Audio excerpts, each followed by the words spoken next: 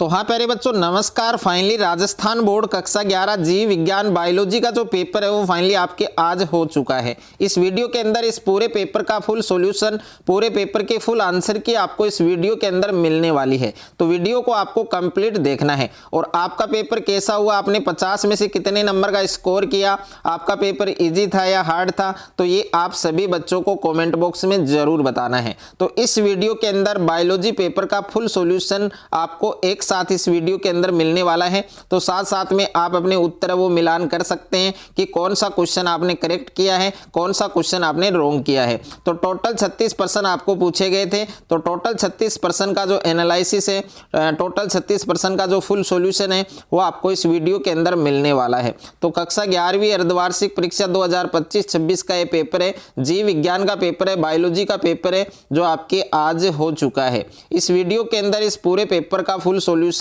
है वो हम करवाने वाले हैं। तो सबसे पहले वस्तुनिष्ठ प्रश्न आपको पूछे गए थे, जिसमें पहला प्रश्न पूछा गया था आपको कि सोलेनम, पिटूनिया तथा धतूरा पौधों को किस कुल में रखा जाता है। तो इसका सही उत्तर आपके ऑप्शन नंबर ब होगा, सोलेनेसी। अगर आपने इसमें ब ऑप्शन किया है सोलेनेसी, तो ये आपका बिल्कुल करेक्ट आंसर है। उसके बाद में दूसरा प्रश्न आपको पूछा गया है कि स्तंभीय बीजांडनाश का उदाहरण है। तो स्तंभीय बीजांडनाश का जो उदाहरण है वो क्या है, तो इसमें गुड़हल होगा, यानी ए ऑप्शन आपका क्या होगा, करेक्ट होगा। अगर आपने इसमें ए ऑप्शन किया है तो ये आपका बिल्कुल करेक्ट आंसर है। उसके बाद में तीसरा प्रश्न आपको पूछा गया था।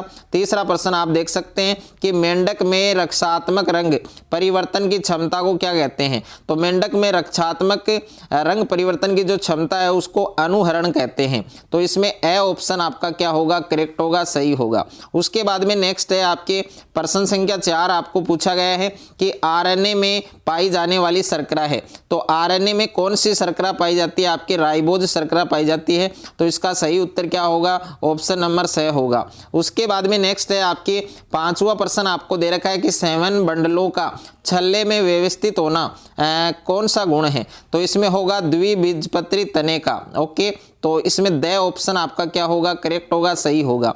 उसके बाद में नेक्स्ट है आपके 6ठा प्रश्न आपको दे रखा है कि कोशिका चक्कर की किस अवस्था में डीएनए प्रतिकृतिकरण होता है। तो कोशिका चक्कर की कौन सी अवस्था है जिसमें डीएनए प्रतिकृतिकरण होता है। तो इसका सही उत्तर क्या होगा, ए ऑप्शन होगा, एस प्रावस्था। अगर आपने इसमें ए ऑप्शन किया है तो ये आपका बिल्कुल करेक्ट आंसर है। 7वां प्रश्न आपको पूछा गया है कि प्रोटीन क्रियाधार का श्वसन गुणांक है वो कितना होता है। तो इसका आरक्यू कितना होता है, 0.9 होता है, यानी ब ऑप्शन आपका क्या होगा, करेक्ट होगा। ओके, और प्रश्न संख्या 8 है आपके कि धूम्रपान के कारण होने वाला श्वसनीय विकार कौन सा है। तो धूम्रपान के कारण होने वाला श्वसनीय विकार कौन सा है, स ऑप्शन आपका करेक्ट होगा, वात स्फीति। अगर आपने इसमें स ऑप्शन किया है तो ये आपका बिल्कुल करेक्ट आंसर है। तो टोटल 8 प्रश्न है वो आपके मल्टीपल चॉइस प्रश्न पूछे गए थे। तो 8 में से 8 किन किन बच्चों के सही हैं वो बच्चे कमेंट करके जरूर बताएंगे। उसके बाद में रिक्त स्थानों की आपको पूर्ति करनी थी। तो प्रश्न संख्या 9 है आपके चमगादड़ है, चूहा और मानव किस वर्ग में आते हैं। तो इसमें आपको लिखना था स्तनधारी। इसमें आपको क्या लिखना था, स्तनधारी। तो स्तनधारी जो बच्चे लिख कर आए हैं उनका जो आंसर है वो करेक्ट है। उसके बाद में प्रश्न संख्या 10 है इनुलिन शर्करा का बहुलक है। तो इनुलिन है वो कौन सी शर्करा का बहुलक है, आपके फ्रुक्टोज। तो इसमें आपको फ्रुक्टोज लिखना था, फ्रुक्टोज। ओके, फ्रुक्टोज जो शर्करा है उसका बहुलक है। उसके बाद में प्रश्न संख्या 11 है प्रोकैरियोटिक कोशिका के वर्ताकार जीनोमिक डीएनए को क्या कहा जाता है। तो इसको गोलाकार गुणसूत्र कहा जाता है। तो इसमें आपको क्या लिखना था, गोलाकार गुणसूत्र। इसमेे आपको लिखना था गोलाकार गुणसूत्र, ये आपका सही उत्तर होगा।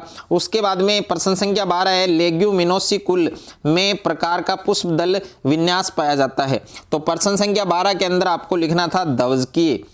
इसमें आपको लिखना था ध्वजकीय। ओके, या फिर आप लिख सकते थे इसमें अवरोही। दोनों उत्तर आपके सही हैं। ओके, दोनों ही उत्तर आपके करेक्ट हैं।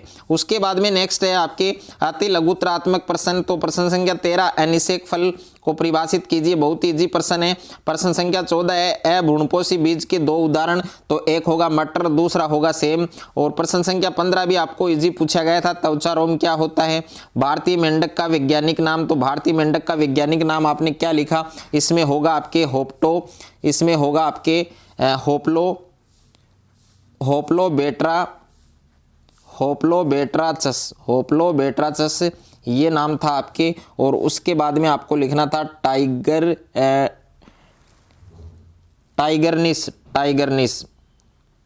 टाइगरनिस। ओके, ये नाम आपको लिखना था। ये आपके भारतीय मेंढक का वैज्ञानिक नाम है। उसके बाद में प्रश्न संख्या 17 समसूत्री विभाजन का महत्व लिखना था। 18वें प्रश्न में सस्तनी पथ को एम्फीबोलिक पथ क्यों कहते हैं।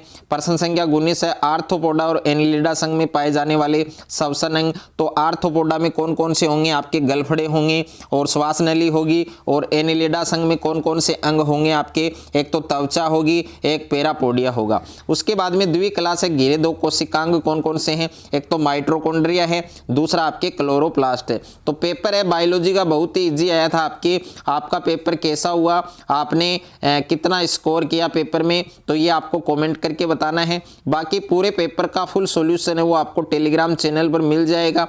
वहां से आप पीडीएफ फॉर्मेट में पूरे पेपर का फुल सॉल्यूशन डाउनलोड कर सकते हैं और मिला सकते हैं अपने उत्तर को कि कौन सा क्वेश्चन आपने करेक्ट किया है, कौन सा आपने रॉन्ग किया है।